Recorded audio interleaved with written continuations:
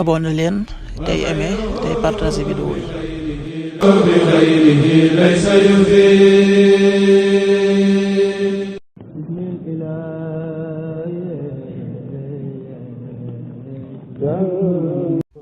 asalaamaaleykum mbokk yi, tey la altine fukki fan ak benn ci muharram muy weeru tamxarit di weer wi njëkk ci atum junni ak ñeenti téeméer ak ñeent fukk ak juróom-ñaar ci gàddaay yonent bi sallallahu alayhi wa sallam dëppook juróom-ñaari fan ci weeru juillet ci atum ñaari junni ak ñaar fukk ak juróom.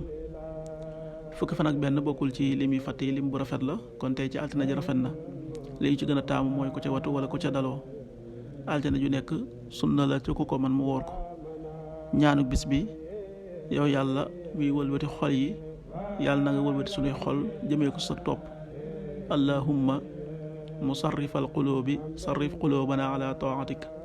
allahumma musarrifal qulubi sarrif qulubana ala taatik.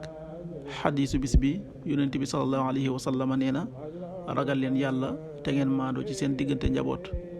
xadiis bi Buxaari nettali na ko. qaala rasulullahi sallallahu alayhi wa sallam: ittaqullaha wa adilu bayna awlaadikum. rawaahul Buxaari.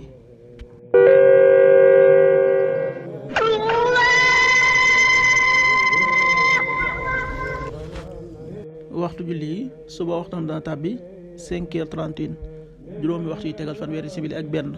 tisbaar 13h39, benn waxtu bu tegal fanweeri simili ak juróom-ñeent. takkusaan 16h39, ñeenti waxtu yi tegal fanweeri simili ak juróom-ñeent. timis 19h40, juróom-ñaari waxtu yi tegal ñeent fukki simili. gee 20h51, juróom-ñetti waxtu yi tegal juróom fukki simili ak benn. loolu mooy waxtu julli yi ci Touba ak li ko wër. bu fekkee nekkoo Touba, soo ko féetee penku ñaar fukk ak juróom-ñaari kilomètre ju ne wàññil benn simili. soo ko féetee sowwu ñaar fukk ak juróom-ñaari kilomètre ju ne yokkal benn simili. soo ko féetee Saalum wala Gànnaar téeméeri kilomètre ju ne yokkal benn simili. jant bi dana fenk 6h46, juróom benn waxtu yi tegal ñeent fukki simili ak juróom benn. di so 19h36, juróom-ñaari waxtu yu tegal fanweeri simili ak juróom benn. yàlla na nu yàlla nangul te nangul leen amin. yaa man safaani sakartu rabbi wa rabbi yufi.